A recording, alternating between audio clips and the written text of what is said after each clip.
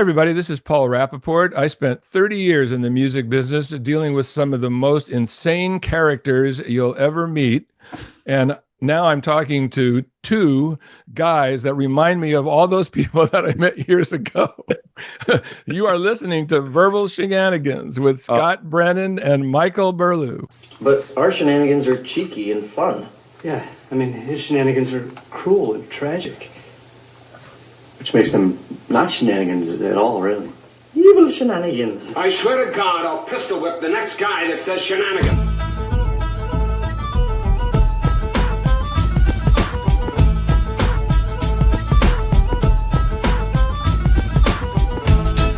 Oh, hello, everybody. You may know him as Mike Burlew. He wants you to know him as the Burls. Recently, he's converted to Mikey D, and last week, well, I don't really know what happened last week, but somehow another nickname has spawned. I'd like you to be introduced to my co-host, Rocket McQueen, the Sperm King.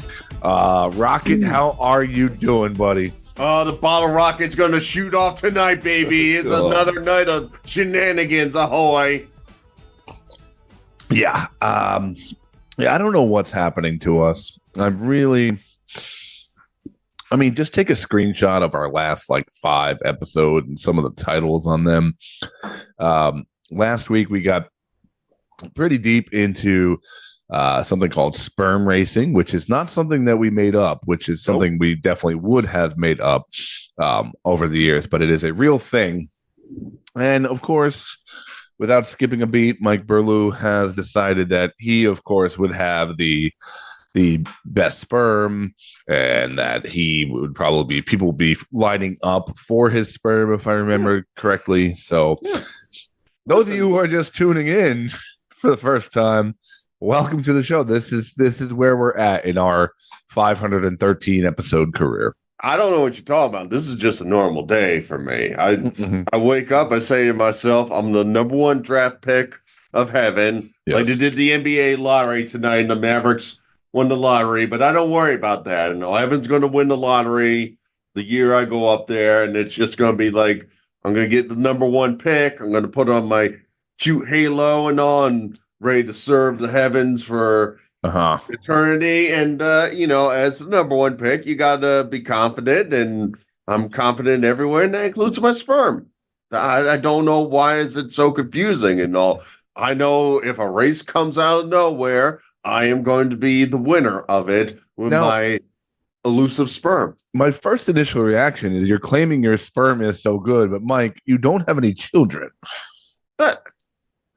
Here's the thing, if you got a skill, don't do it for free. I'm not going to start making babies with the woman unless I get top payments for my sperm and all. Even if she's my wife, I'm like, listen, there's a bunch of amenities that come with marrying Michael Burlew, but one of them is not getting that super sperm and cracking out babies and all. That's still a payment plan right there. Okay, so let's break this scenario down. If your wife came up to you tomorrow and was like, look, I've changed my mind, I've had an epiphany, I want to try for children, you'd be like, that's great and all, but it's going to cost you a down payment of, I don't know what you charge for yourself. Well, listen, it's like when you buy a house or something like that. I can't just give you a number. We're going to have to bring in lawyers. We're going to have to do some calculations. We've got to make sure the interest rates are correct for both sides in the near future. You're doing all of this in hopes that your sperm is superb. Hopes? It's there. I don't, what does there need to know? It's already there and all. And once my wife gets to 40% payment where I know, okay, it looks like she's good for the collateral, the down payment, then I will provide a child for her. Wow. Yeah. Did it concern you at all in our little group chat how interested one of our friends, Dom, was in our sperm motility? He suggested it 4 times, that he wants some kind of contest between us. Yeah, there's many variations of the contest where it's like, well, you and Burlew in the sperm race, and then it's like, oh, wait a minute, you do your fantasy football draft. Let's get all the guys involved, get Yeah. our sperm out there, and let's start racing. And all like he just keeps on extending and extending. He also brought it up like hours later, like, so wait, I'm not gonna find out who has the most motility in their sperm. I'm like, no, I don't think we're gonna find this one out. Like, he gets home, his lovely wife, Kim Boyko, is there with his children. Hi, honey, how's your day? And terrible. I told the guys about doing a sperm race with my sponsorship, and they said no. They made fun of me. All I want to do is see which guy has the fastest sperm. All right, that's all I care about. I mean, listeners, if anybody wants our sperm, I mean, I'm sure Mike has a price in mind. I'm hoping mine is not really that modal anymore, because I'm pretty much done with having these children. Well, I'll say hello to our audience in Australia. If you are interested in my sperm, I will make sure I have plenty of dry ice in the basement, just waiting for the orders to come through. But again, like, I'm sure there's a conversion rate of American dollars and Australian dollars, so we're going to have to figure that out before shipment occurs. So just be prepared, and don't just order. We're going to have to get some lawyers involved, okay? So as we're welcoming a new audience, you're talking about filling sperm orders in your basement, being ready to ship them.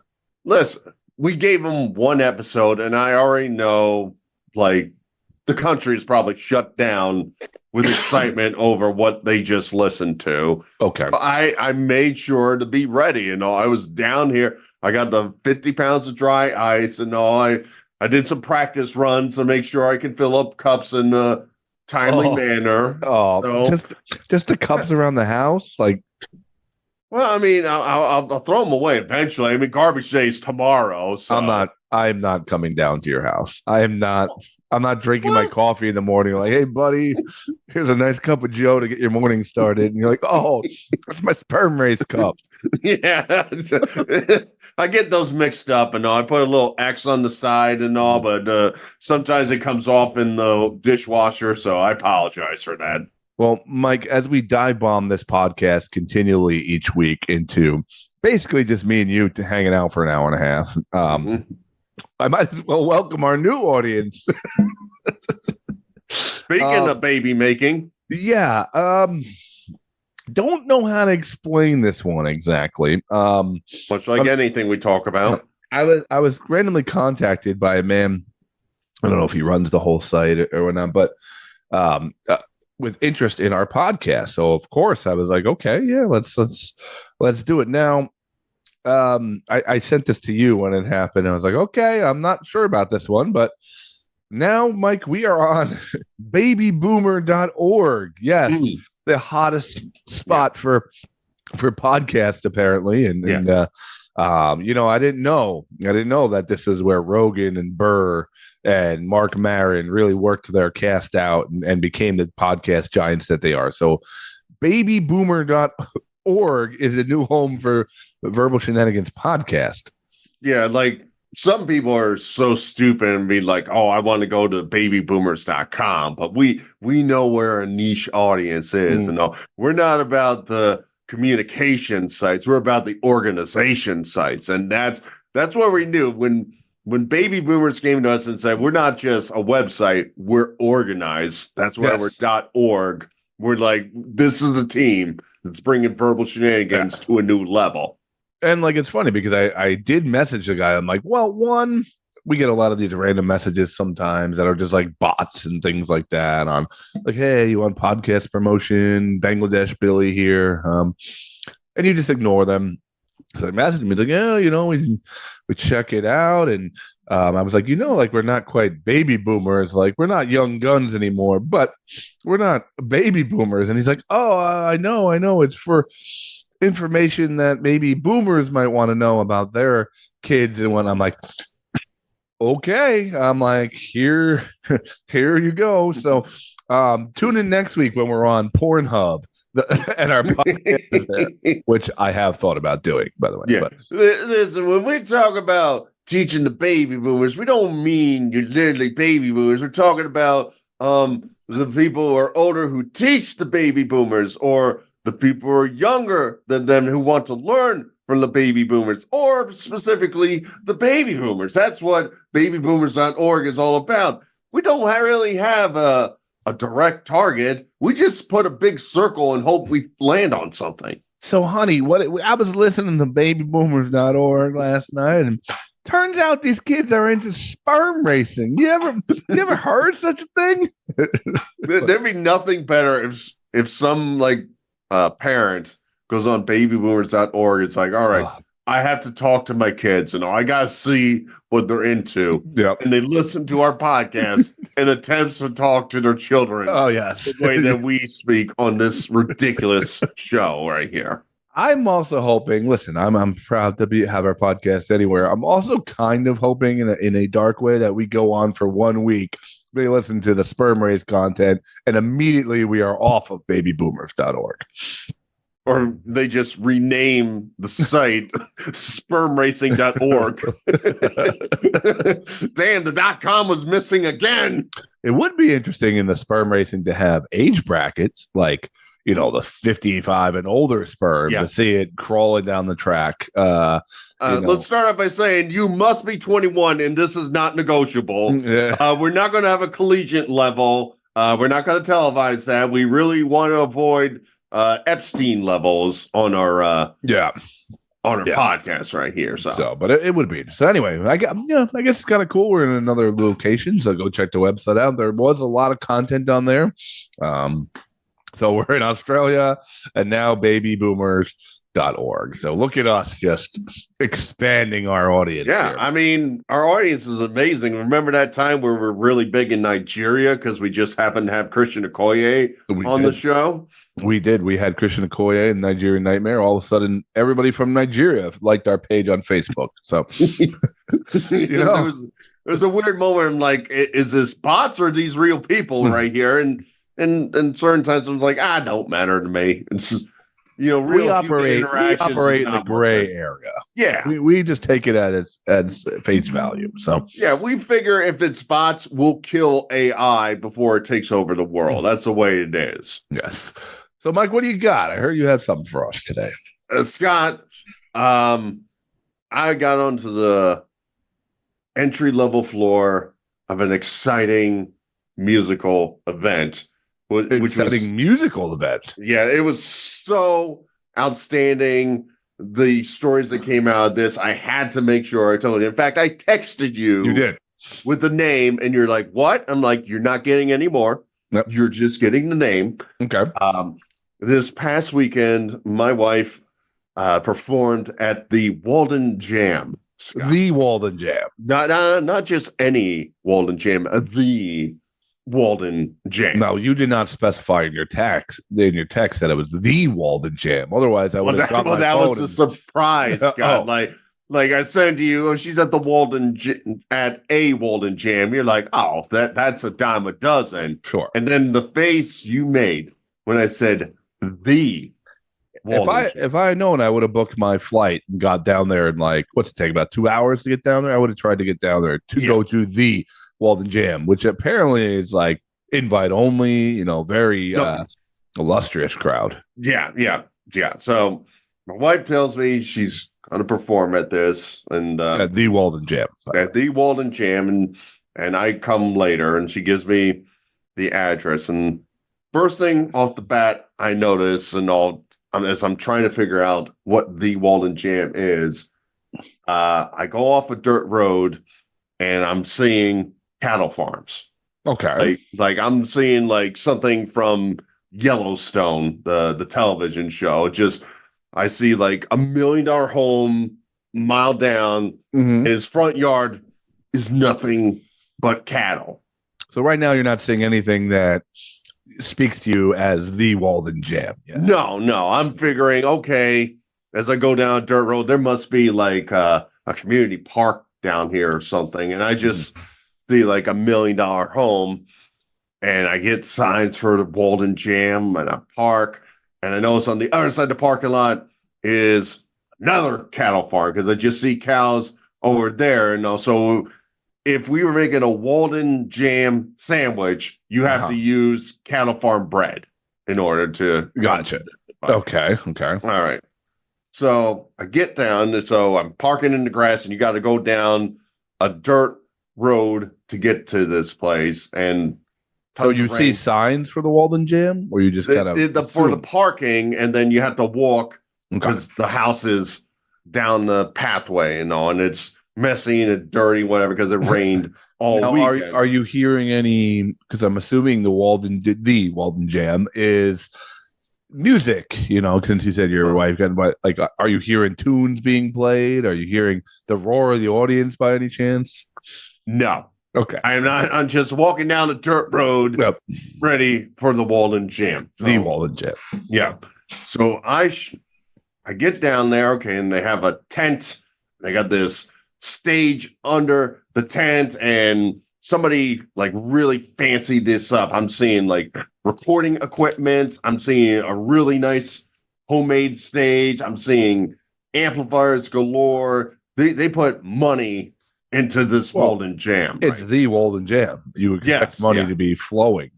Exactly. So I sit down. I'm trying to get my eyes and ears around this situation, and there's a girl over on the side talking with her mother, and she's telling her mother, she's talking about, if I was a guy, I'd be shirtless all the time. I'd be in the gym, buff, shirtless. Everyone would want to see me without a shirt on, which I found to be an odd little thing to just randomly tell your mother. You see the amplifier as the stage and the girl who wants to be a dude. Are there a lot of people around? Like you said, we went from cattle to just a fancy stage at the Walden Jam. But what are the Walden Jamites, the people who come, like at the moment? They are just the musicians performing at the Walden Jam. There is no audience at the Walden Jam, which was my first confusing thought about it. But let's go back to the girl. I'm wondering, that's like a really interesting conversation. Why would she be bringing it up? Right. Then I realized the Walden Jam had a shirtless dude whose only job was to carry wood into the Walden Jam. Okay, so naturally the Walden Jam hires a shirtless man to carry wood. Yeah, so this is probably like a mid-20s kid.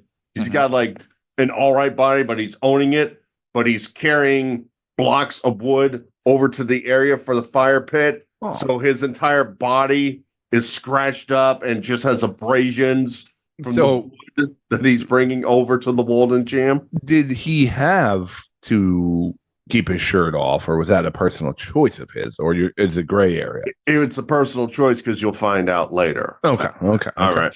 So then, so far it's sounding like the Walden Jam, like I expected. So the shirtless wood boy, we'll call him. He had this great idea. There's a title. He had a great idea. There's this Kawasaki 4x4. He loads all the wood into the Kawasaki, to bring the wood over, so he doesn't have to carry and scratch up his shirtless body even more. The little thing is, he hits it so fast, he almost tips it over going backwards and almost hits the tent of the Walden Jam. Well, that's the excitement of the Walden Jam. Every once in a while, shirtless wood boy revs the engine a little too hard. It's okay. Yeah, and I know it caused some friction, because like the host of the Walden Jam is like yelling at the kid, and the host is playing, he's going to get sued, and the shirtless wood boy, we're calling him, he's getting snarky with him every time. He's walking by him, like muttering stuff, he's like, if anybody gets sued, I'm going to be the one to get sued by $1 billion and all. What is the promoter of the Walden Jam like? Is he covered with a shirt, or is he also shirtless? He has shirts on. Everybody has shirts. Besides shirtless wood boy. Except for shirtless wood boy. But somebody came with their 4-year-old kid, and the kid was inspired by shirtless wood boy, where he had pajamas on, and he just like took his pajamas on the top off, so he could be a shirtless little boy like the Wood Boy. So in Georgia, this is like a local celebrity. Like, oh my God, it's Shirtless Wood Boy. And everyone's like, oh my God, I'm taking my shirt off too. Yeah, so, but At the Walden Jam.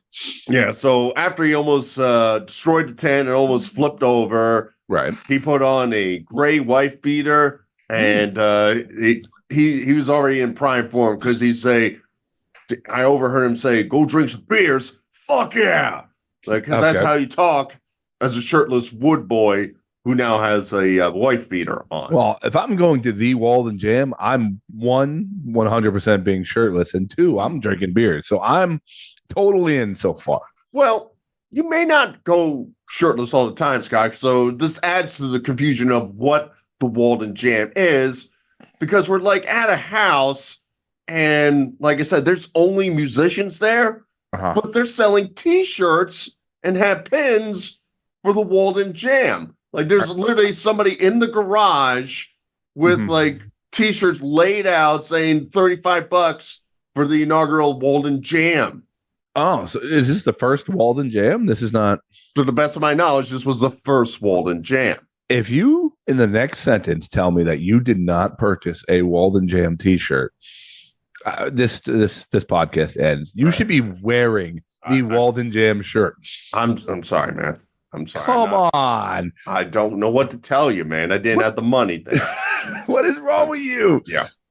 So as I'm still trying to figure out where we are at. Like they have like a little sign for Wi-Fi, and I tried to get on the Wi-Fi, and it says the Butlers. And considering all the cattle farms, I'm not sure. I'm like, are we having the Walden Jam at the Butler's house, or are there butlers that live here for the Walden Jam? So currently, you're just seeing the musicians, the cows, the Shirtless Wood Boy, and the one young kid who is inspired by Shirtless Wood Boy. That's all going on at the moment. Yeah, and the young kid eventually put his shirt back on, probably after he put on his gray wife beater and everything. Gotcha.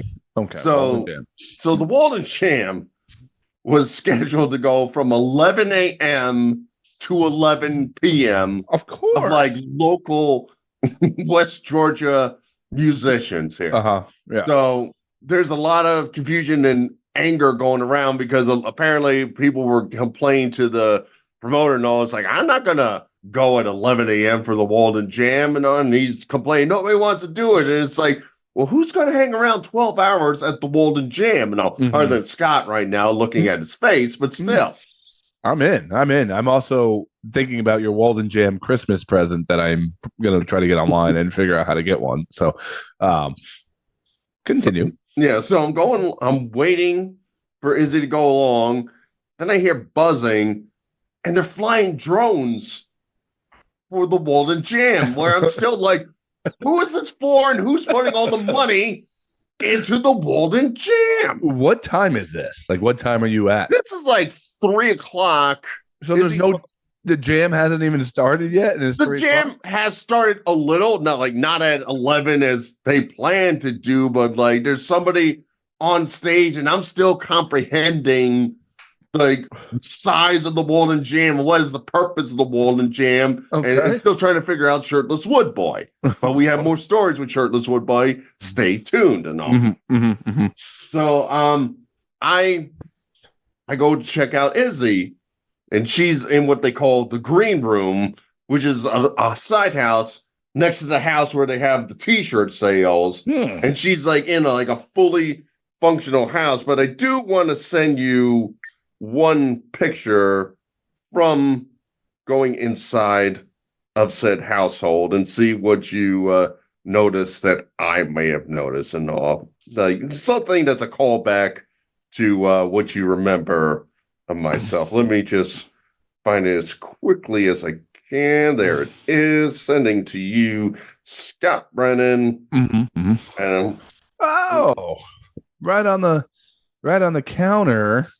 So first off, I'm seeing a bunch of guitar cases and whatnot, but right on the counter is a head, which you may remember I smashed at Mike Burlow, but a foam head with a mullet wig on. Yeah, not as fancy as my head that I still do not appreciate you smashing, but still, it's very interesting. Again, And that house that their green room is in is just full of instruments. So somebody is like doubling down on the jam of said Walden Jam. Like bedrooms are filled with drum kits.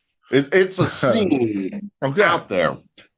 So Walden Jam is no one really jamming yet, but we have a house full of instruments. We got drones in the sky. And we got a head in the green room. Yep. And they're telling people at the Walden Jam. So they rented a food truck for the Walden Jam, but they insisted that, you know, they had to make their money, the food truck. So they're telling people, you really need to eat twice at the food truck at the Walden Jam. You can't just go up and have one meal to make this worthwhile for this food truck. You know, you got to double down for the Walden Jam I'm dealing with. So right now, still no more people like coming to the Walden Jam? No, this is just local musicians with this crazy setup, which has a lot of money into it, and I still don't know what's going on. Mm-hmm. But let's go back to somebody we talked about before, my shirtless wood boy that's now wearing a gray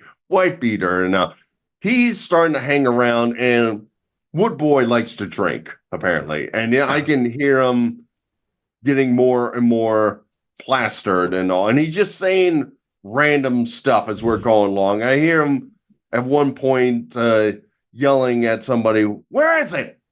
Fuck yeah, I want to see a dog."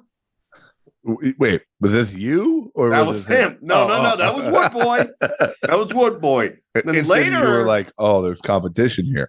Yeah, and then he keeps going. I hear more amazing things from the Wood Boy. He says something like, "I hear you, but I'm going to need a ride to get to that mule." Okay, so it's going to a mule now. Yeah, and then he starts putting more wood on the fire, and people are getting concerned because his hand is getting relatively close to the enormous flames that are coming from the fire that he put out there. But he's telling people, "I got to go and make sure the fire stays burnt. I didn't get all this wood for nothing." He's committed to his job. He is. But he's also committed to drinking. So there was the Walden Jam, man. Yeah. There was a point where like somebody was trying to get in front of him to stop him from going to get his drink, and you can hear him going, "You're not going to touch me. I'm going inside and grab my fucking whiskey. Don't touch me." You know. All right. Don't touch. This happens. This happens at the Walden Jam occasionally. It's okay. Mm-hmm. So they're the organizer is having the music going along. And it's crystal clear he doesn't know how to organize a music event because people are going up there and they're just jamming for an hour and nobody's noticing they're a little over the limit. There's nobody there to give them the light, Scott. So to add to the angst of everything, like my wife goes up, she does a lovely performance, 4 songs in, gives it a hook, get off the stage.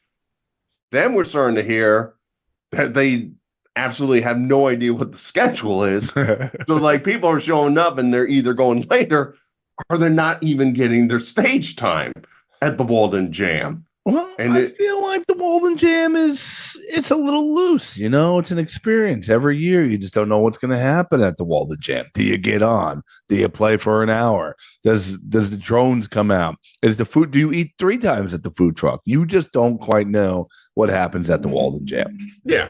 In fact, it got so bad, so we're getting into like nighttime right now. And the one act that's supposed to go before the headliner. Ooh, who was the headliner, by the way? Nobody knows that answer. And one of the main reasons why I don't know the answer is they were so bad with scheduling that they put the headliner and they forgot the band that's supposed to go before the headliner. I was hoping Wood Boy was going to close the show out. Oh, we got more Wood Boy coming. Don't you turn that channel, young man.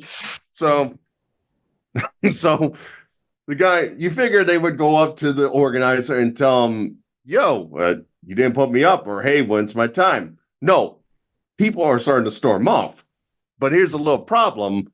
We're like I said, you have to walk down a dirt road to get to the Walden Jam, they don't really have lights back to the parking lot. So the guy who walked out of the Walden Jam apparently got lost in the woods trying to walk out from the Walden Jam. Typical Burlew event. Man almost dies in the woods because that you attend. I had nothing to do. I didn't organize the Walden Jam. Yeah. Next, you're going to be like, oh, and then they accidentally found a body at the Walden Jam. I don't know. It's just coincidence. Yeah, so add to it also, they had this guy, and the guy's a prick I'm talking about. I won't say his name, but like nobody of all the open mics likes this guy, but he keeps showing up regardless. So he was playing with other bands, but he got pissed off. He was going to play with that band before the headliner, and he didn't get to play extra. So, so as the main event is going along, he's picking up, he brought equipment to there, so he's picking up amplifiers as the main attraction is singing at the Walden Jam. They're just like playing guitar as you see a guy picking up an amplifier and just walking off stage with it. Now, why are you guys still there? Are you just trying to see what's going to happen? Are you entertained at this point? Like, why are you still there? So the headliner is Izzy's music teacher, who she's a good friend with. I decided to come back. I actually missed a part I'm going to tell you a story about, but I digress. But he's a nice guy, and that's why I came back for it. But I did leave at one point before the main headliner. No. You left the Walden Jam? I came back. I made them sure they stamped my hand. So I didn't miss my spot at the Walden Jam. While I was gone, guess who was talking to my wife? Oh, it's got to be. I hope it's Woodboy. It is Shirtless Woodboy. And the cute little thing about Shirtless Woodboy is, you know how like when people drink, they usually take off clothes? He's magically putting more clothes on. So he put on the gray white beater, and then he put on a collared shirt and had a beanie hat on. He's hanging with some other dude that has a hat that says Beach Please and has like a chain that has like a Full House cards on it. And also real class people here at the Walden Jam. Yeah, of course. My wife doesn't sure if she met Woodboy before. So she's like, hey, I'm Izzy. And he's like, I know you. I know you. I have a nickname for you, but I don't want to say it. And my wife's like, no, go on. And he's like, you're Debbie Cakes because you're so sweet. I like your curls. And then he asked her for 5 minutes. Was that weird? Was that weird? Was that weird? Was that weird? So Shirtless Woodboy is just macking on your wife as you left the Walden Jam. Yeah. Luckily, I'm the number one pick of heaven, and my wife does understand the value of my sperm, so that's why I wasn't 100% splashed a cup of your sperm in his face. I mean, that would have just melted his face. I don't want to do that to Shirtless Woodboy, but once again, hello, babyboomers.org. Welcome to the show. Yeah. So as that goes along, as I was saying, the main attraction is on stage and the guy is loading up all his equipment. He puts all his equipment in the car, but lo and behold, somebody parked their car in the middle of the driveway. So after grabbing all his equipment, leaving, cursing out the organizer, he can't go anywhere because somebody is parked in the middle of the driveway and he has to do the awkward thing of going up. Hey, who's got a white sedan? Who's got a white sedan? I got to go. Well, who's got a white sedan? So it keeps going. It ain't ending right there. No. Of course not. I feel like it's just beginning. No. So 10 o'clock is around. Everybody's upset with the guy who left with the equipment and everything, but they're doing like an open jam or whatever. So I'm still hanging out, and I'm by the beer cooler. And lo and behold, guess who comes up to me, Scott? Oh, please tell me Shirtless Woodboy comes up and calls you Debbie Cakes. No, I don't get a Debbie Cakes. No, but he did come up to me, and he's looking at the cooler, and there's a beer on top of the cooler. He's like, hey, what's that? And I'm looking over, and it's a Guinness in the can right there. So I'm guessing he's wondering, it's like in like a metal little container right there. I'm like, oh, you mean the koozie? What'd you say? What, the koozie? I never heard that word in my life. What the? Yeah, but what is that? What is that? He keeps asking me, what is that? And I realized he didn't understand what beer was in there. I'm like, you mean a Guinness? You crazy, man. You Guinness, you crazy. So, then he's looking around and somebody else brought a crap beer. He's like, well, what's that? And I recognize it. I'm like, oh, that's a Tropicalia. No. You said what? You changed my life. And he put his out his hand, and I had to give Shirtless Woodboy a fist bump for knowing it was a Tropicalia. Of course. I mean, this is just what happens at the Walden Jam. Yeah. So then at like 10:30, I decided to take off. Izzy's still jamming, so she stays. So remember that guy who stormed off with all the equipment? Yes, of course. Yeah, and cursed out the organizer of the place, which, by the way, owns the property. Uh-huh.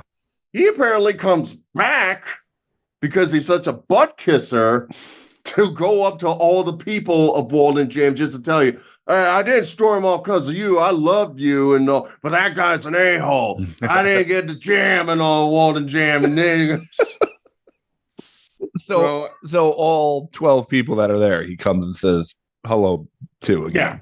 Yeah, because he kisses up to Izzy's teacher. And is the food truck still there? Are the drones still flying around? What's going on? Drones are still flying. The food truck is there. The food truck guy is like out making videos of Walden Jam, even though they have video equipment there.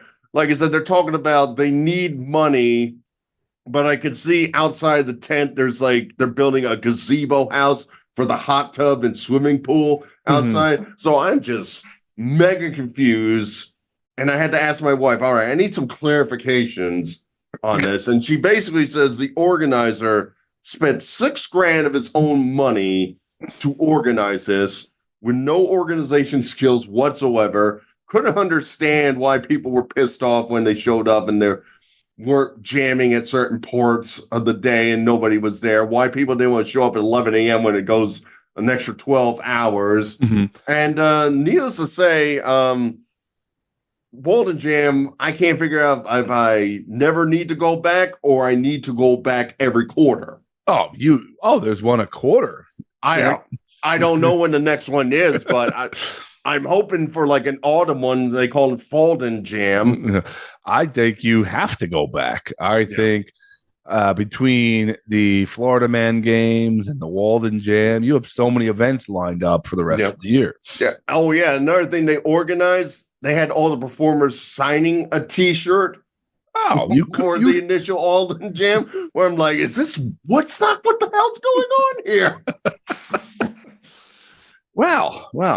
I mean, maybe when I come visit you, maybe the next Walden Jam will be going on. I mean, there's so many great events you go to between the magic breweries that pop up in the middle of fairs and the restaurant you go to that you don't get food and you're trying to get a 16-year-old cake and people die around you. Really sounds like a sweet place, Georgia. Now, those places, they didn't die. The ambulance came, but nobody could understand who had the emergency. But I will give you one shining grace moment from the Walden Jam, Scott. Okay. I told you a tiny bit of a fib. Oh, there it is. The Walden Jam t-shirt.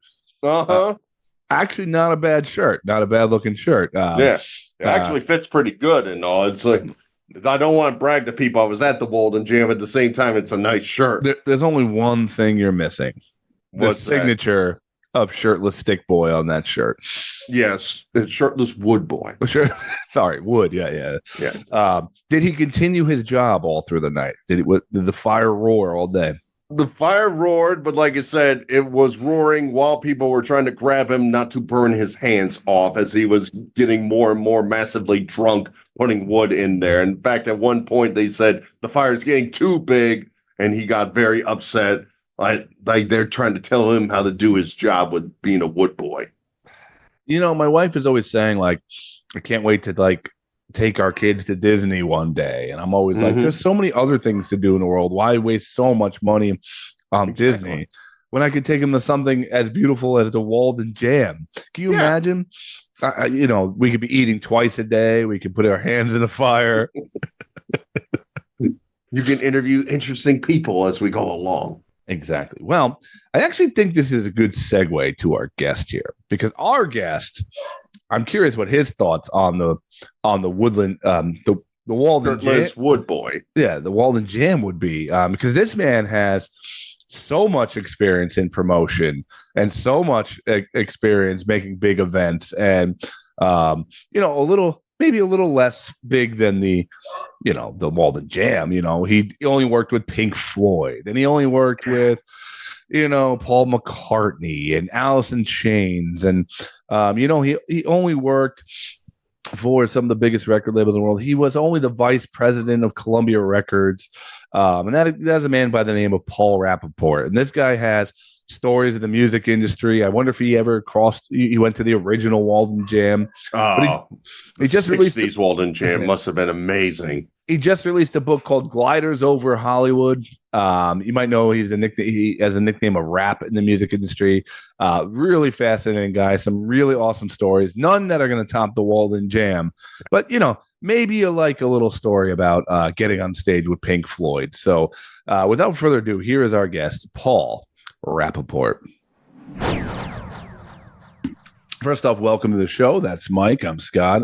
Thanks for giving us a few minutes here. Paul, you're one of those guys that we've had on the show that is one of the hardest type of people to prepare for, because you have done what seems like everything. It is really hard to take your career and go, okay, we got 30 minutes here. Yeah. Let's figure out what we want to talk about. So it's quite an amazing compliment, actually, that I'm giving you. It's your life and this book you put out and some of the key points in this book.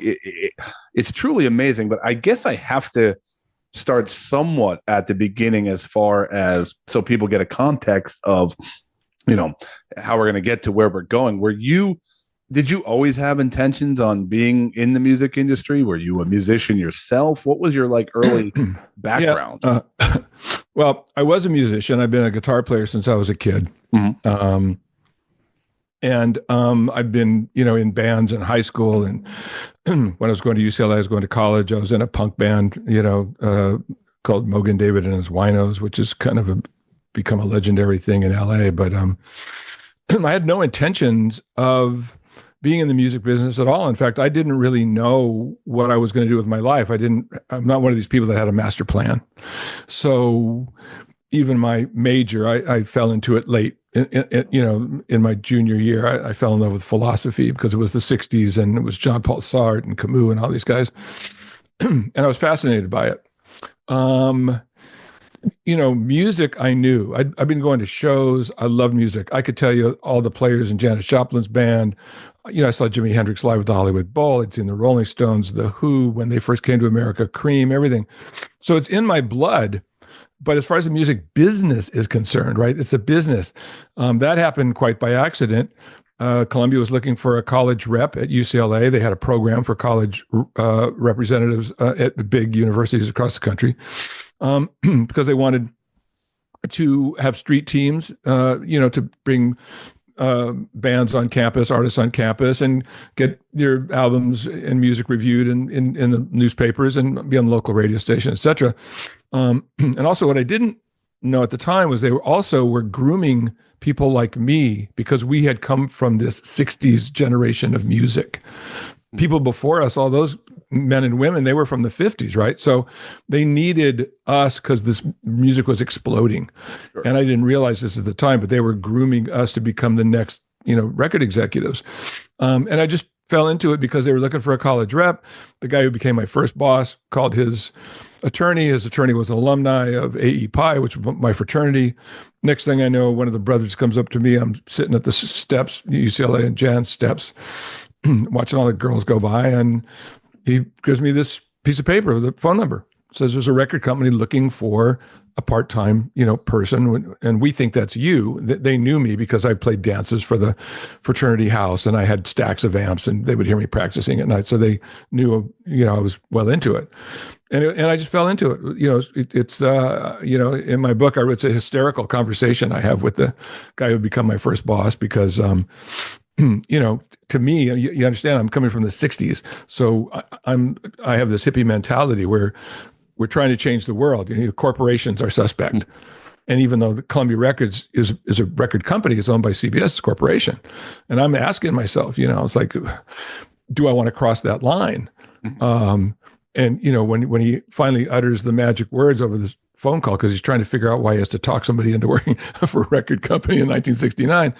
And he says, well, you're going to get this, you get the salary, blah, blah, blah. You get all your records for free. You get a camera, you get a stereo. Okay, wait, stop. Did you just say you get all your records for free? Yeah. You got to remember now, I'm a blue collar kid, okay? Records are a luxury. Albums, even if they're $3.50 for a blue collar kid, that's a luxury. That money adds up. I had a small record collection when I first came to UCLA. Excuse me. So I couldn't believe it. I said, well, you're Columbia Records. You got, Bob Dylan, Janis Joplin, Santana. I was like, you got Miles Davis. That guy's got 36 albums on Columbia. And all of a sudden, my hippie ideals are melting away. And I'm like, he's going, no, and we trade with other record companies. And I couldn't believe it. It was like, I'm so into music. It was just like, it was a gold mine. It was like treasure. I said, oh my God, I'm your guy. I'm coming right now. I'm getting in my car. He goes, no, son, I'm busy now. Come a week, come a week from now. That's how I felt when Columbia House gave me the 10 CDs for a penny. Back in the day. It was like, oh my God. Right? So give us an idea. So I fell into it. Give us an idea of like your first days, and when you get so excited, are you like, oh, I'm going to be like John Q professional and jump in here and I'm going to be a businessman? Were you still like the laid back hippie type? No, I was pretty laid back. That came later. I did 12 years on the West Coast for Columbia doing album promotion, rock album promotion. And then I moved in '80 to run the rock department. Early on, I was just enjoying the music, and I'm pretty, I'm a West Coast surfer guy. I'm as laid back as you can get, but I like the idea of working with music, right? It's like, I'm going to like this because I'm excited about music and I get to talk about music. And that job at that time was, trying to get airplay on radio stations. But when I first got into it, well, the first day was hysterical, which I write in the book because it's literally my first meeting with this guy.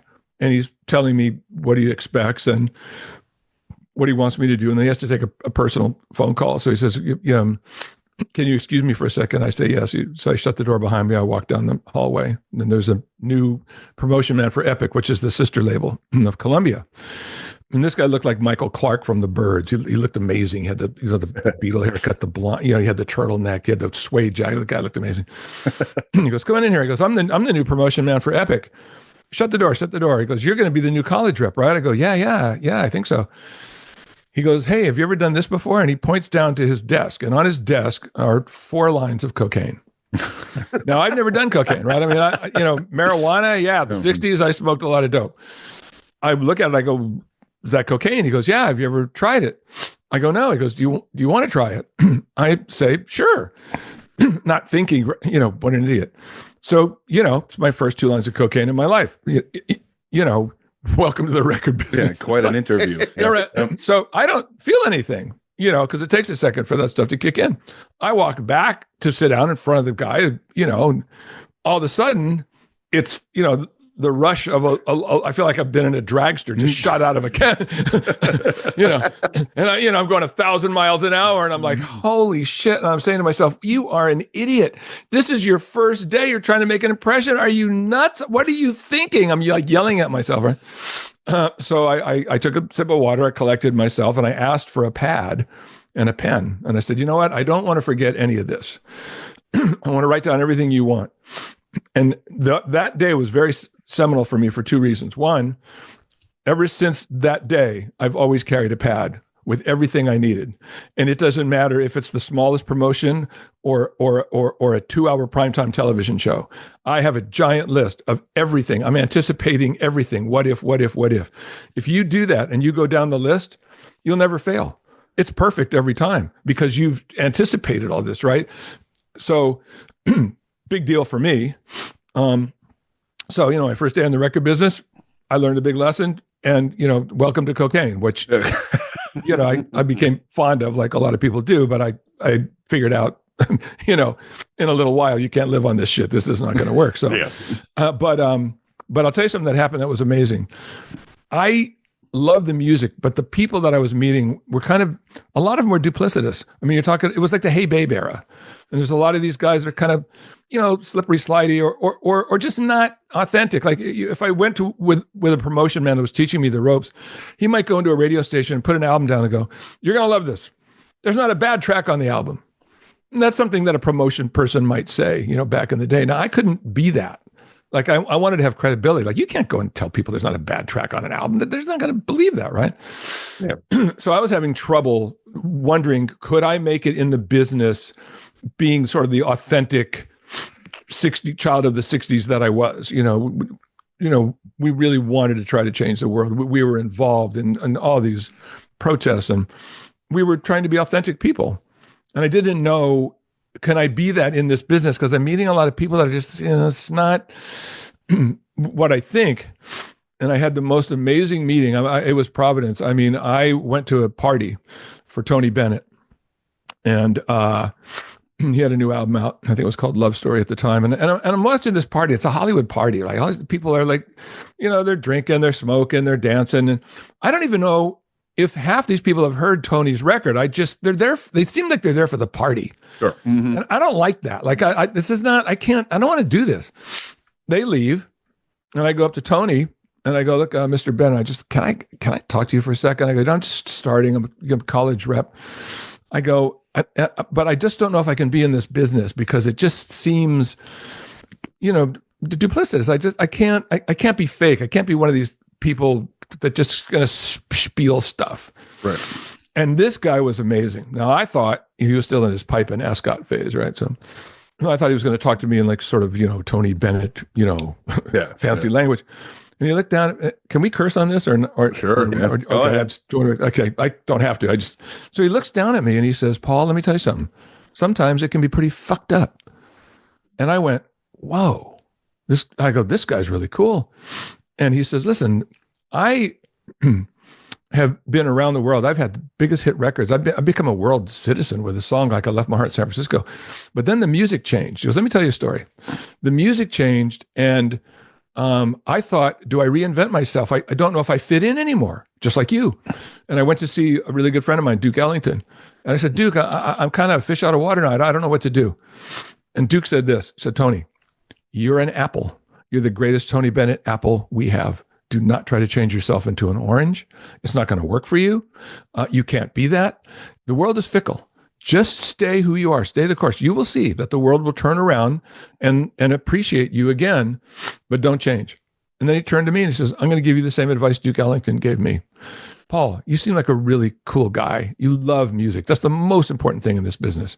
You do not have to be like the people you're surrounded by to be successful. You can be authentic. You'll find your way. You be you, and you'll do great."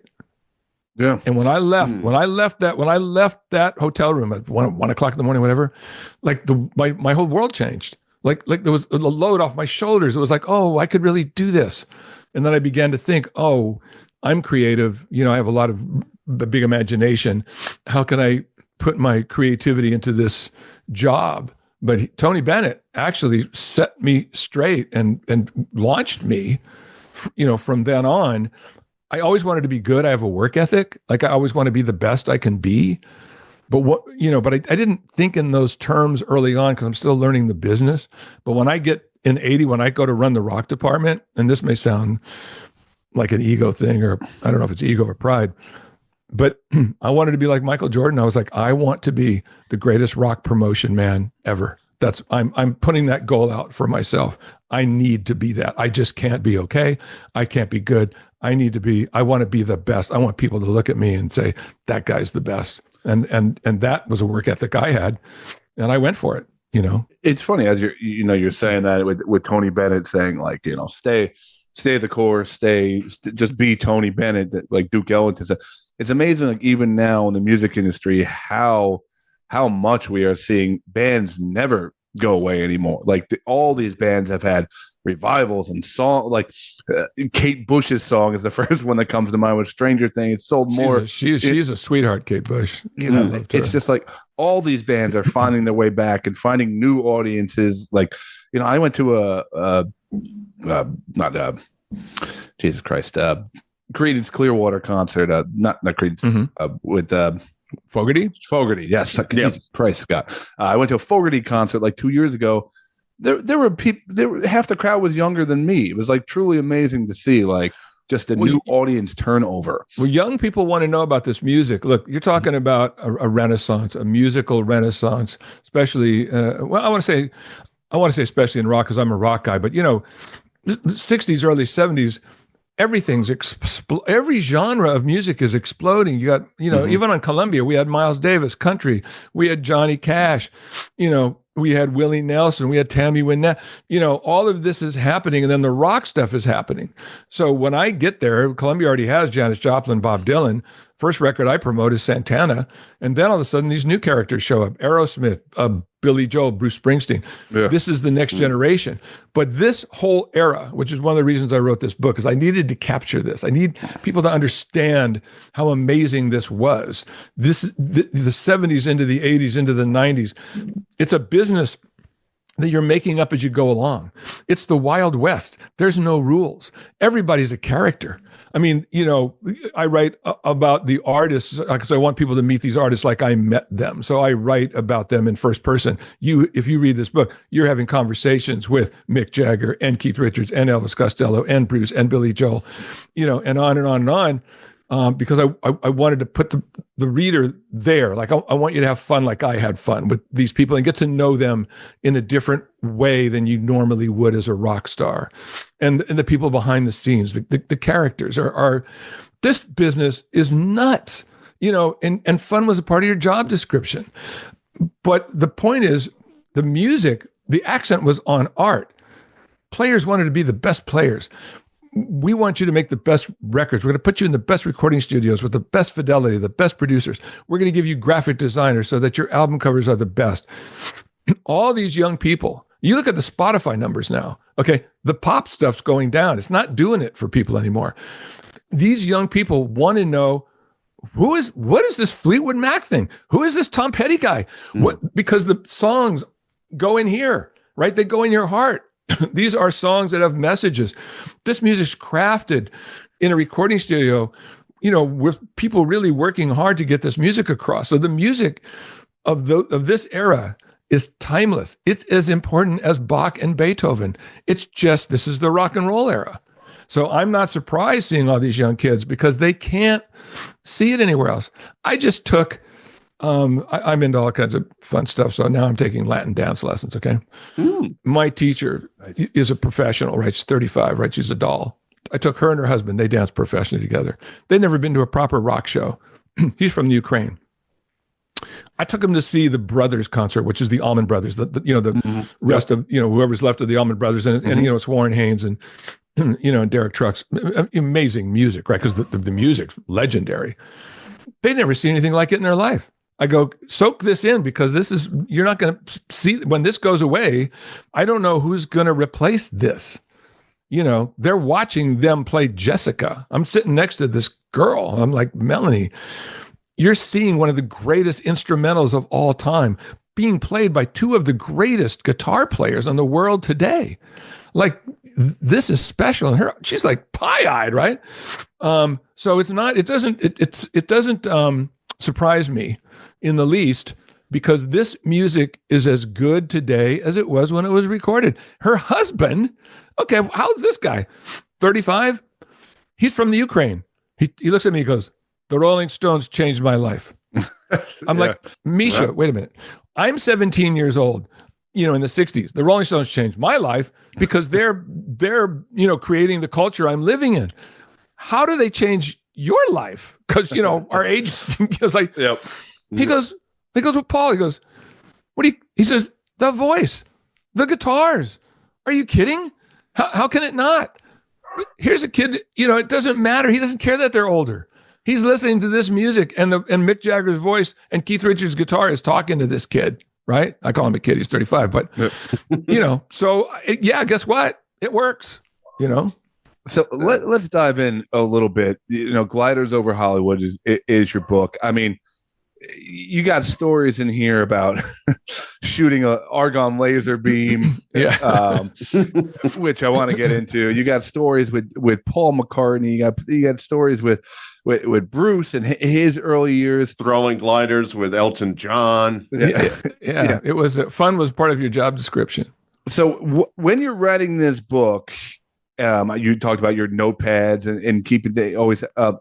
How hard was it of a process to narrow this down and be like, okay, I need to tell. I have all these stories. Which ones am I picking and choosing from? Because there are a lot of good ones in here. Oh yeah, and there's more that couldn't make the book. I mean, you can't shoehorn 30 plus years.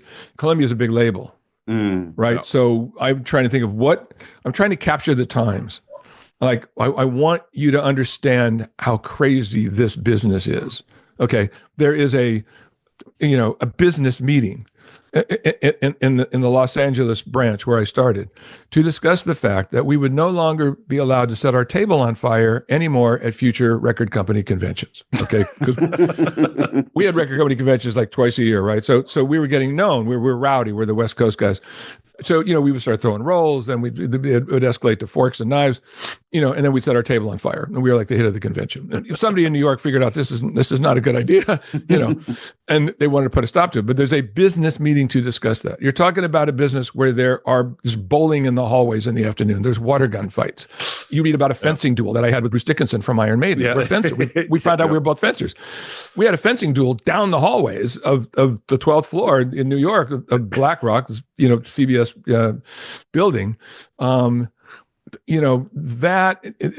fact that the managers, I just try to pick what are the best stories that connote what I need to connote. What does this story tell you about? This story is going to tell you about, the manager of Journey who decided to learn Yiddish and made everybody have to speak Yiddish to do business with him for a while. This is insane, right? But this is real. Like when people read this, you guys read it. I mean, it's like, you can't make this shit up. It's, so it's endless. So I just tried to pick the best ones. I picked artists that I thought were seminal artists, Rolling Stones, Pink Floyd, Bruce Springsteen, Billy Joel, Elvis Costello, Loverboy, Journey, Bob Geldof, Boomtown Rats, and later Alice in Chains, just to try to, try to tell each story has a different meaning to it, or why am I telling you this? Because guess what? 30 years of Columbia Records, who's not in the book? Men at Work, Midnight Oil, Psychedelic Furs, the Bangles. I mean, it's just endless. You couldn't put them all in. So I just tried to get the people that meant the most to me, and a lot of these bands, because I grew up with them, right? So before I even am in the music business, Pink Floyd is in here, right? Listening to music in the 60s. Bob Dylan changed my life. The guy changed the whole culture, right? Rolling Stones, I'm 17 years old. I saw the Beatles like everybody else. I was like, great. When I saw the Stones, I was like, oh, no. These are my guys. These guys are dangerous. I want to be dangerous. So I learned how to play guitar listening to Keith Richards.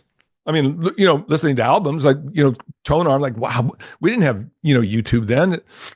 People would come to your house or you'd meet people and we'd trade licks or whatever. I'm like, what is this guy doing? Right. So I wanted to draw that line. Like, here I am with my girlfriend in 1966 watching the Rolling Stones at the Hollywood Bowl. And 20 years later, who would think that I'm sitting next to Mick Jagger telling him his marketing plan?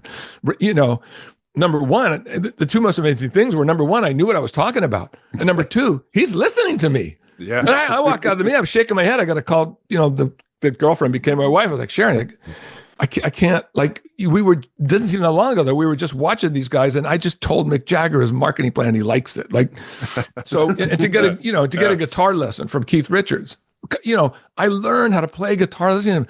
Now I meet him later in life, and he wants to give me a lesson because he wants to turn me on to open G tuning, which all the Stones hits are in this open G tuning, for any people that don't know that. And he's so anxious to teach it to me, just as a guitar guy to a guitar guy, right? Yeah. So, I try to put those stories in. Like, here I am younger, here I am older. This is what's happening to me. And I want the reader to be there and have fun and talk to these people, albeit through my eyes. But I want you to see parts of Bob Dylan that you don't know about, and Elvis Costello and the early days of Springsteen. I mean, because the early times are innocent times, and there's a lot of funny things that happen, Yeah. So, it's endless stories, I mean, I love the Bengals, how you talk about they're in like one bed and you're reading their marketing numbers to them because they're poor. Yeah, But I definitely got to get into this laser story, which is absolutely amazing. Shooting a laser 30 miles to promote Blue Oyster Cult. Where do you even get this stuff, and who do you have to get approval for? So you don't go to the this done? Yeah. And is that laser still available? You don't go to the laser. You don't go to the laser store, right? I was living in North Hollywood, and I was watching TV, and I saw that there was a laboratory in San Fernando Valley that had developed this argon laser cannon. Now, lasers were new in the early 70s. Bands like Blue Oyster Cult were starting to use them in their production. The Who were early, into lasers. So, when you'd hit the big crescendos, the lasers would shoot out. And it's an amazing view, because the laser is as bright at the tip as it is from the origin. That's the amazing thing about that light. And they had developed this thing for outside, and it shot for 30 miles. And I'm looking at this going, man, if I got a hold of this and shot this like off a mountainside in LA, I'd freak a lot of people out. Right? And I'm a big kid. I just have a big imagination, right? So I called the laboratory and said, listen, would you rent this if I wanted to shoot it off, let's say, Signal Hill in Long Beach, because I have a band, I want to promote it. They love the idea because it would help promote their invention. I went to a local radio station in Long Beach, California, which had helped me break the Blue Oyster Cult. Fast forward, it's a few albums later. It's Agents of Fortune. It has the Reaper, Don't Fear the Reaper on it. It's a big record. Mm-hmm. I want to do something great for them. When I do a promotion, I always want to take a thread from the band to the promotion. I just don't want to do a big event. It has to make sense. It has to be authentic. So I want to take something from the band's music or the band's live performance. So Blue Oyster Cult are pioneering lasers. They actually had a laser tunnel. When you went to see them, they had bent the laser, so you were actually in a laser tunnel. So I said, this is perfect for them. Went to the program director of KNAC. I said, we're going to shoot this thing off Signal Hill. It's the highest point in that area of town. That's just going to shoot 30 miles. We get these guys up. He calls the radio station, you cue the record. We're going to do a laser party. That's what it was. So, it was a laser party, for Orange County. It was like this giant, So if you knew it, you just lay it on a blanket on your front lawn, and you drank wine and smoked dope, whatever you want to do, and you're looking at this, you're listening, and you're watching this laser beam shoot across the sky. But the thing is it looks like War of the Worlds, right? I mean, it looks like a death ray. And it goes for 30 miles. I mean, when we turned it on, my first inclination was to shut it off. I mean, this is going to we're going to go to jail. This is too big. This is it's massive, this thing, right? And I couldn't believe it. There's a picture in the book. It doesn't quite do it justice, but you get the idea of this thing, right? Well, if you knew that it was a laser party for Blue Oyster Cult, great. But if you didn't, we freaked a lot of people out. They thought aliens had landed. You're looking at the sky, and this thing's like shooting across from Long Beach to Pasadena. We were like, people to the right, Orange County, we were like, okay, Orange County, we're going to move the laser. Dig this. We're doing trails. It was ridiculously amazing. I mean, we made the evening news. it was such a giant beam of light. The week before, I had to call the Long Beach airport and tell them I was doing this promotion so they could alert I didn't want a 747 landing on us thinking this is the light track for the runway. And they said, wow, we really appreciate you calling. And I said, yes, this is going to happen. And I don't want, these guys to like make a right and try to land, somewhere between Long Beach and Orange County. So, these things are one of a kind, pieces. I mean, if you work with Pink Floyd, all that production, those mirror balls that open into flowers and then, revolve. You don't go to the mirror ball store. These are super expensive. Well, production pieces that have to be built, and then they have to have backups in case one breaks. These are one of a kind kind of deals. So that's a perfect jumping off point, because I wanted to talk about the laser, but the other thing I wanted to talk about was your time with Pink Floyd in two ways. One, you were able to play live on stage with them, which I think is insanely amazing. But two, you helped develop the blimp. Yes. Like, you got to give us a little insight into both these stories, because they're too good. Okay. Well, I'll start with the blimp. When blimps get so big, they're known as airships. Yep. They just are, because they're like, and so briefly, as you read in the book, I mean, I at this point, it's 1994 and it's the Division Bell album. And I knew it was going to be a great album, and I knew they would do a big tour, and they're already established. Okay. If you have a band that's established this big by this time, what is there left to do? Well, what's left to do is, it's 1994. There's a lot of younger people who I want to turn on to Pink Floyd, and I want them to even be bigger. Okay. Well, I want to stop you right there, because it worked, because my older brother got to go to that concert with my father, and I was 11 at the time, and I wasn't allowed to go. And they came back like, oh my God, there's pigs and blimp and life. And I was at home with mom, like, just like, okay, thanks. You took my older brother and not me. So it did work. Yeah. No, your mom did take you for ice cream. So it even. Yeah. So, my kids lucked out, because, I took them at young ages to see all this stuff. So, so I'm sitting on, the top of, my office, which is either, I can't remember, it was maybe it's on the 26th floor. I can't remember, but it overlooks the Hudson River. And I see the Budweiser blimp floating across the Hudson. It's huge, and it's majestic, and it's grand, and it's just floating easily about 1,000 feet. And Pink Floyd is known for their inflatables. They're known for this giant pig that they flew in animals, and in all their shows, it's a legendary part of Pink Floyd lore. They fly this inflatable pig. So at first I thought it'll be a pig, but I knew I wanted something so big that if it came into a city, like, I wanted a whole city to know what Pink Floyd was. Like the Beatles, when the Beatles came to America, your grandmother knew what a Beatle was. She may have not known the music, but she knew what a Beatle was. Mm-hmm. So I'm thinking, how do I get bigger? Right? How do I get mega? And I went, that's what we want. We want one of those. So I ran out to my, assistant, and Rasa, and I said, hey, find me how much it costs to get one of those. So, I mean, I know you have a time constraint, so you can read about it in the book. We're good. Go ahead. Okay. But it's, I thought it was going to be a pig, and then Gilmore said, no, that's an old image. The Division Bell is about communication. So he had Storm Thorgerson, who's their graphic designer, is brilliant, did all their album covers, did Led Zeppelin album covers, and a bunch of other album covers, designed it, this psychedelic, airship with faces talking to each other, and then if you get closer, they turn into a third face, and the whole thing looks like a creature from outer space. It takes you a second to register that it's a blimp. You think it's something like from out of a Jules Verne novel when it flies by,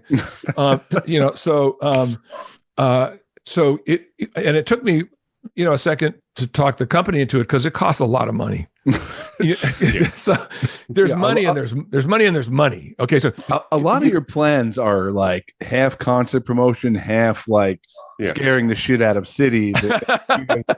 Did you ever consider putting out flyers? Yeah. Please be aware, this is going to show up. No, in fact, the airship, I figured, okay, it's going to cost a lot of money. What if people don't look up and see it? So then I thought, wait a second, I'm going to put rock radio morning shows in the gondola, and they're going to broadcast live from the Pink Floyd airship. Wow. So that flies into, Chicago. Hey, this is Lynn Bremer, morning show, WXRT Chicago. I am broadcasting live from the Pink Floyd airship. We're going to be flying by the Sears Tower at around 9:30. Wave to us as we fly by. Awesome. We gave fans rides in it. It would land, and then at your local record store, you'd win a ride in the Pink Floyd airship. It was the biggest rock event ever. It did what I wanted it to do. It flew from city to city, and in every city, it lit up the town on television, in the press. You can't miss it. The traffic helicopters. I mean, even around in New York, to be a local television guy, the traffic saying, oh my God, the GW Bridge is all backed up. This is what we're looking at. But that's not even the story today. This is the story. Then the camera would swing over, and side by side is flying next to this 200 giant foot psychedelic thing that says Pink Floyd on it. And all of a sudden, the TV guy's going, what the heck is that? He goes, I don't know, but it says Pink Floyd, so I have to look into it. It's probably a tour, there's an album, something's happening. So I wanted that to be bigger than life, and it certainly did. Is that airship still available, and can we podcast from it? No, it actually, sadly, it died in an ice storm. They're fragile. Wow. Man. Yeah, it died. They sent me a piece of it. I actually, somewhere in my house, I have a piece of the Pink Floyd airship. Technically, that's a great rock and roll ending for anything. Yes, exactly. But I think, and I will tell you this.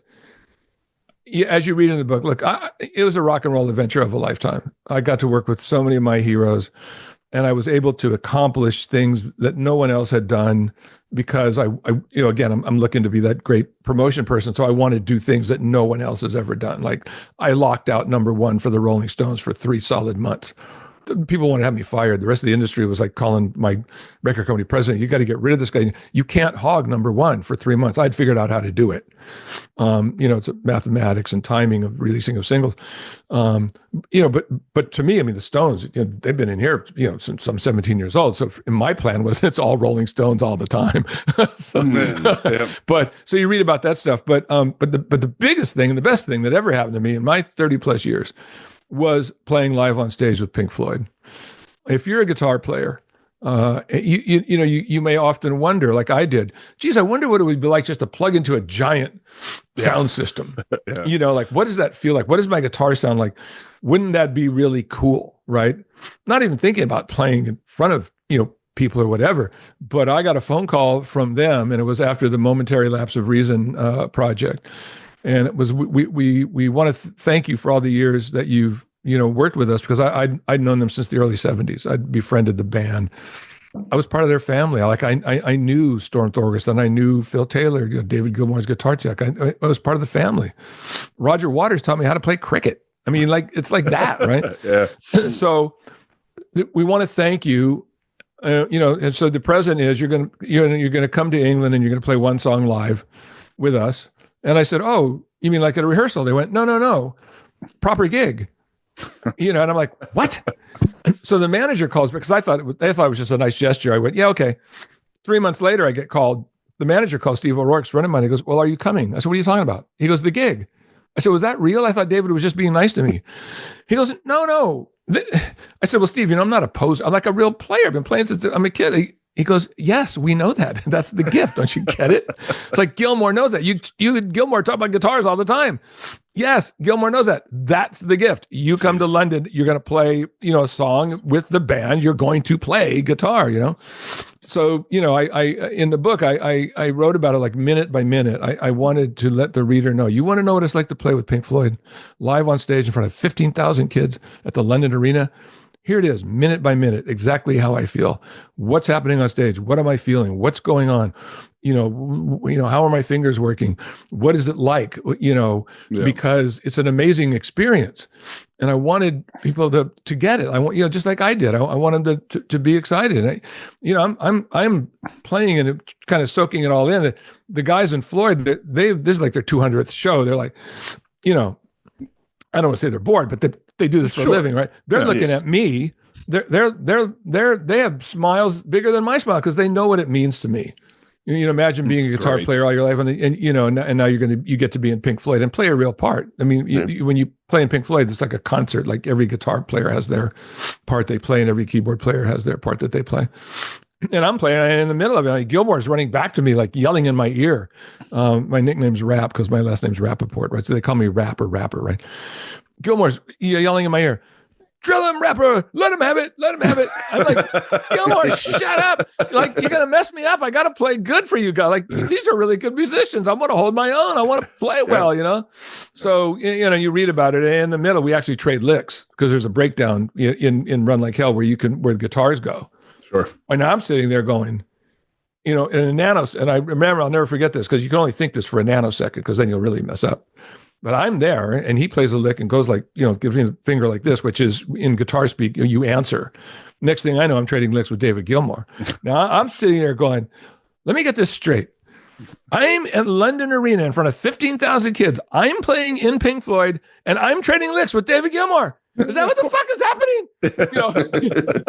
But you can only think like that for a second because then you want to play well. I wanted to play well, and not for the crowd so much because they wouldn't know if I hit a clam or anything. But these guys are really good players.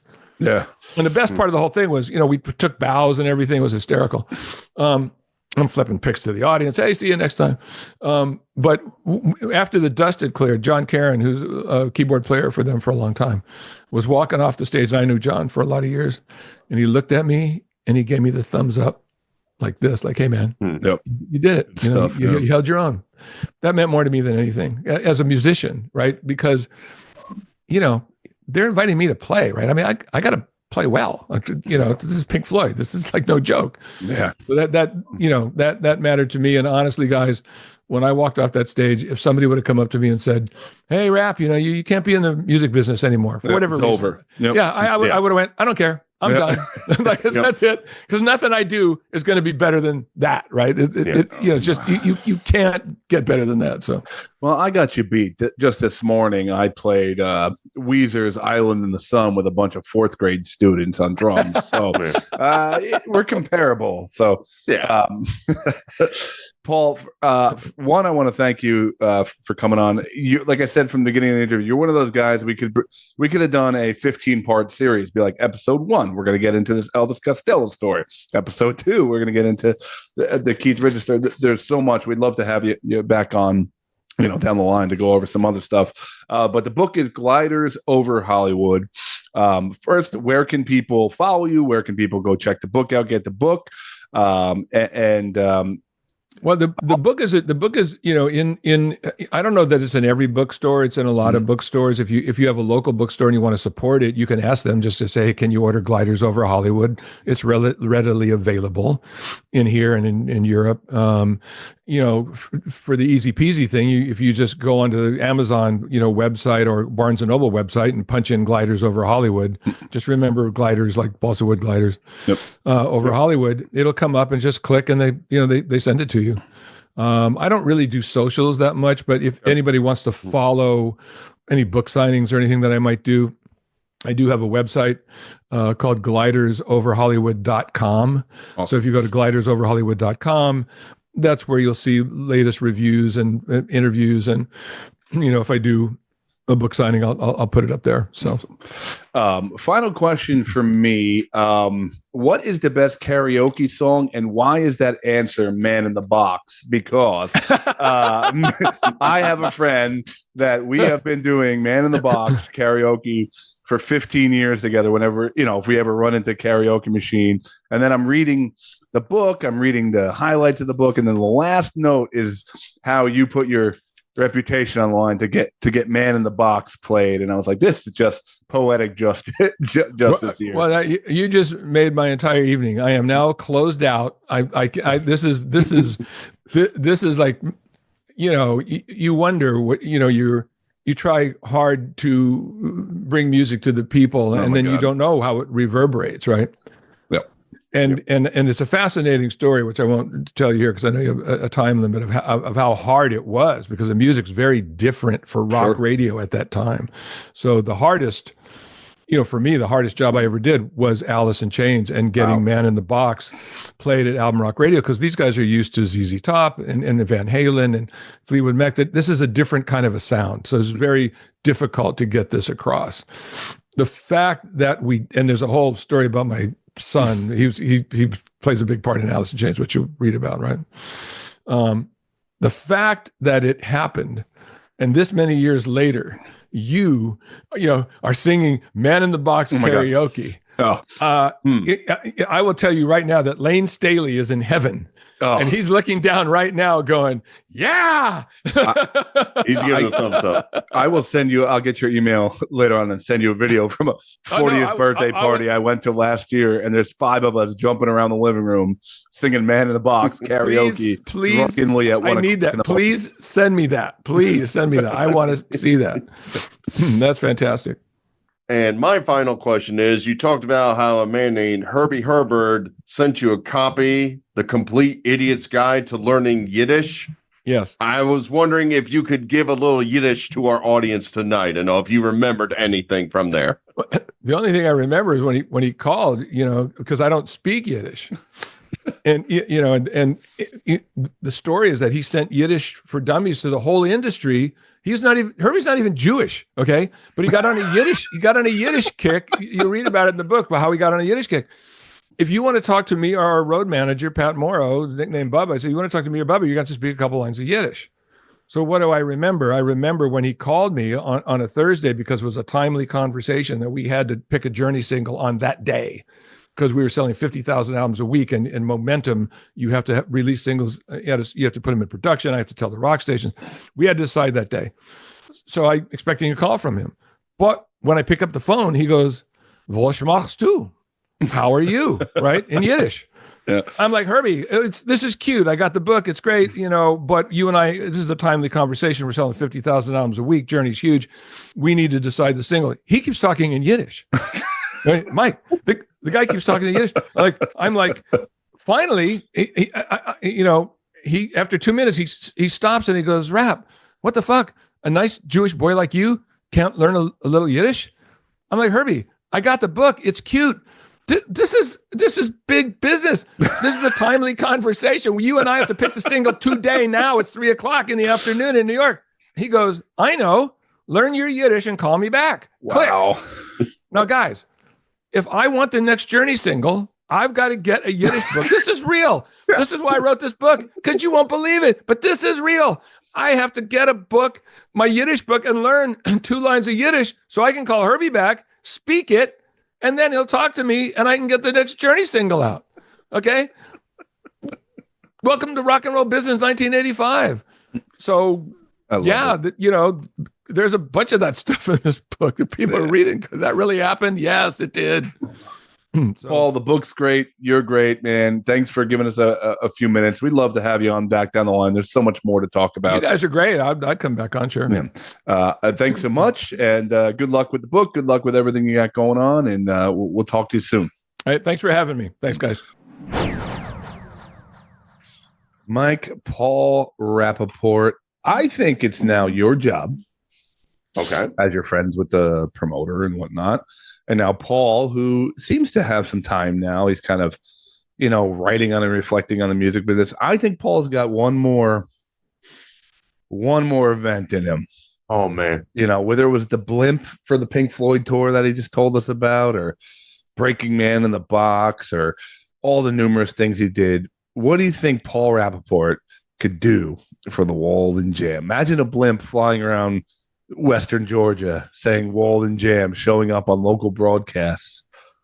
Well, I think he's got to go to the next level. I think he's got to get a laser that can shoot up an advertisement on the moon and just tell, so the entire globe knows that the Walden Jam 2 is coming in 3 months and all. You don't even need to explain it. You just put that out there, and everybody stares at the moon and is like, what on earth is that? And then the amount of people that will show up on cattle farms to find this musical jam will be outstanding, and all. The line for the autographs for Shirtless Wood Boy would be miles long.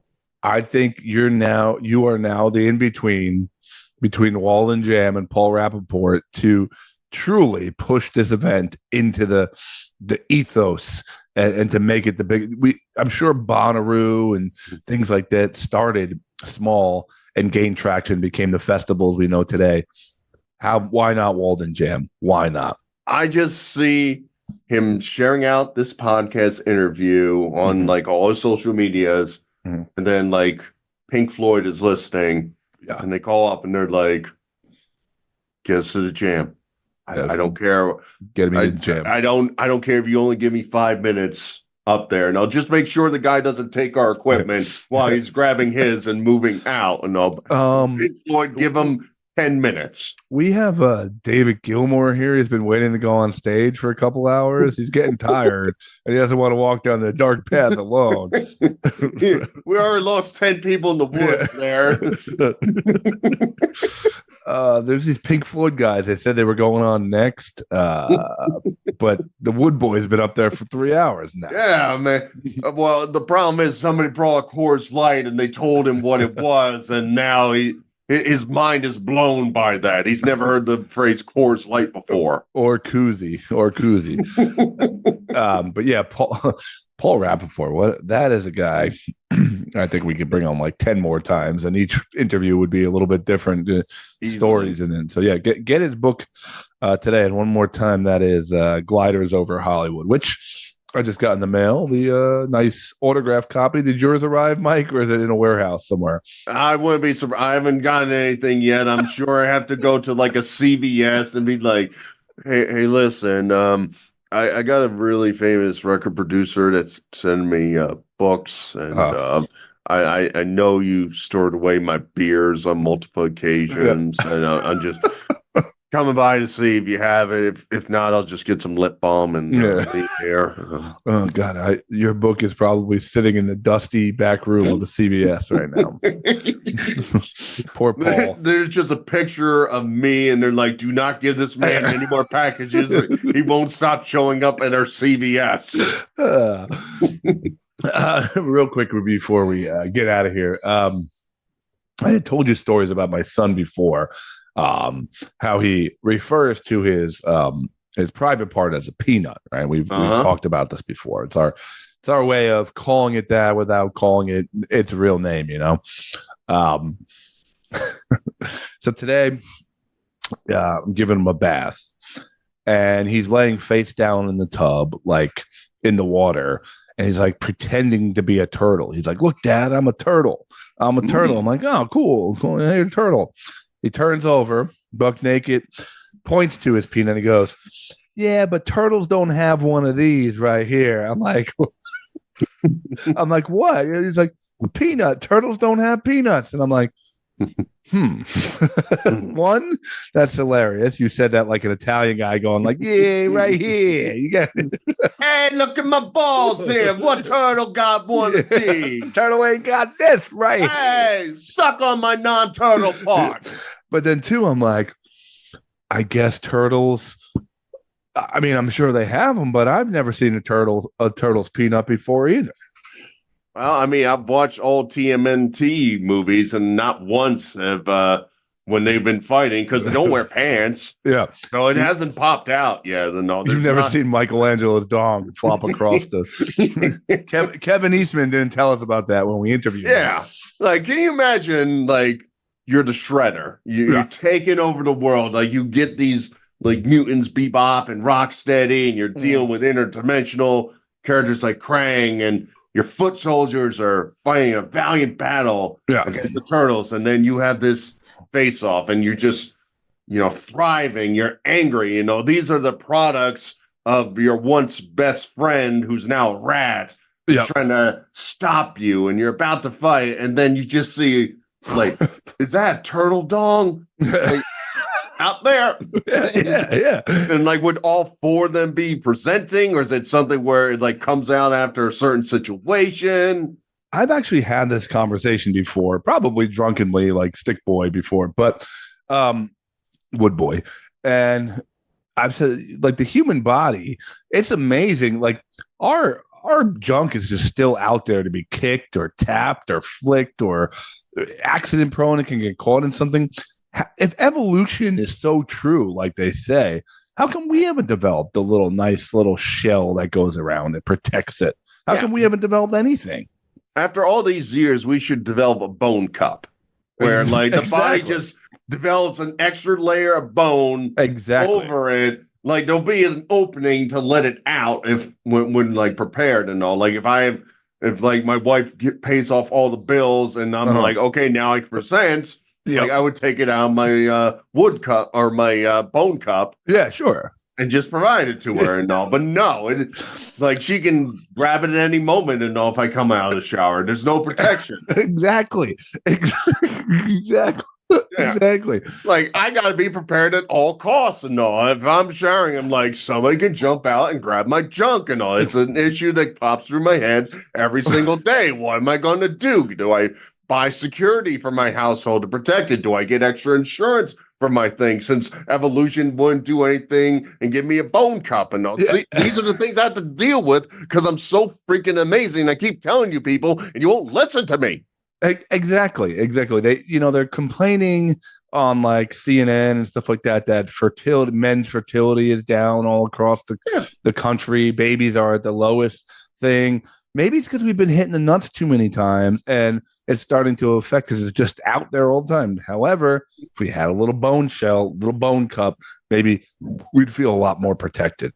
I just saw a video from a baseball game because, truth be told, cups aren't the most comfortable to wear anyway. Like, but if you had a bone cup, you would have grew up with it. Yeah, it would have been natural. We would know how to do it. But since we have to get the extra equipment, some baseball players don't wear them. And there was a pitcher who threw a pick off at first, and it hit the guy directly in the you-know-whats. Yep. And you just saw him go to the ground, and everybody's like, well, we know what somebody's not wearing and all. And it's just damn shame because evolution is so slow.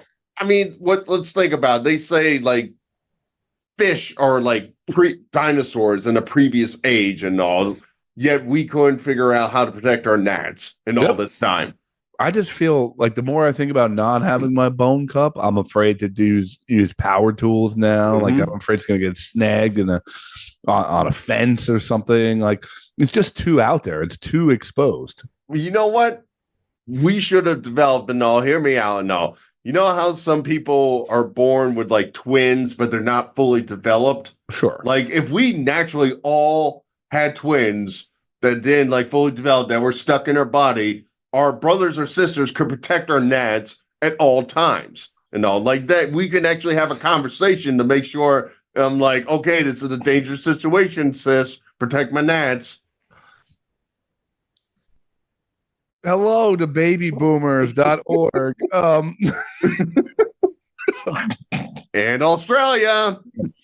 And Australian. I think that brings us to the end of our show here. What did we learn today? We learned about the Walden Jam. We learned about Shirtless Wood Boy. Shirtless Wood Boy. We learned that Mike he has the best sperm, but is only willing to give it to you for a large sum of money. Top dollar. Top dollar. And we learned that turtles may or may not have peanuts today. Oh, and Paul Rappaport and all his amazing stories. So sorry, Paul. Like seriously, I'm really sorry. So we'll get his book today. Burlo, anything to promote before we go? And I better be the Walden Jam. Well, I'll give you somebody who performed at the Walden Jam, and that's David Pippin and the Pippin Music Academy right in Carrollton, Georgia. He has been helping my wife perform, teach her some guitar items and all. He's a great teacher, great person, performs all around Carrollton. And if you are thinking about becoming a musician, I can think of no better person to go to. So go to pippinmusicacademy.com and help your kid learn how to play guitar or other instruments, or just show up at the Walden Jam and ask him something, okay? And there you have it, folks. Now you have 2 ins into the Walden Jam, both Mike and Pippin there. I'll give a quick shout out to our good friend KP Burke. He just headlined the show. I worked with him on Saturday.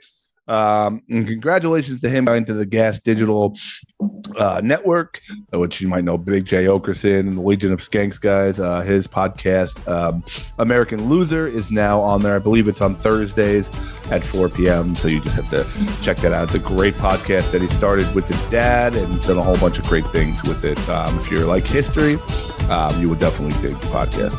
Other than that, guys, keep subscribing, keep listening, check out the newsletter. That's it. Life is funny. Laugh at it. Keep the wind at your back. It's getting nippy down here. You better take off my shirt. Get some blood. I gotta adjust my turtle bone.